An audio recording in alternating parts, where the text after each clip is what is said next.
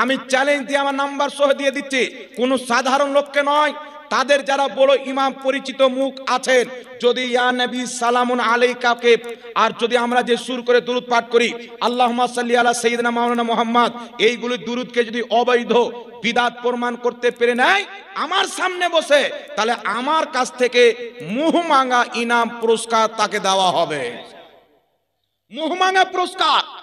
আর আমি যদি জায়েজ প্রমাণ করে দিই, পুরস্কারের প্রয়োজন নয়, সাচ্চা দিলে তওবা করে মানতে হবে দুনিয়াতে একটি জামাত সঠিক, আহলে সুন্নাত ওয়াল জামাত, সুন্নি জামাত।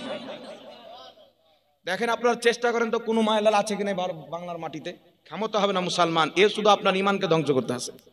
একটা কথা মনে রাখবেন, যে ভালো ডাক্তার রোগীদের চিকিৎসা করে, আর যে চিটার ডাক্তার ও ভালো লোককে রোগী বানিয়ে চিকিৎসা করে। বুঝতে পারছেন? তো এরা যদি ভালো মানুষ হতো তাহলে আমাদের কাছে আসতো, আপনার মতন সাধারণ লোকের কাছে যেত না।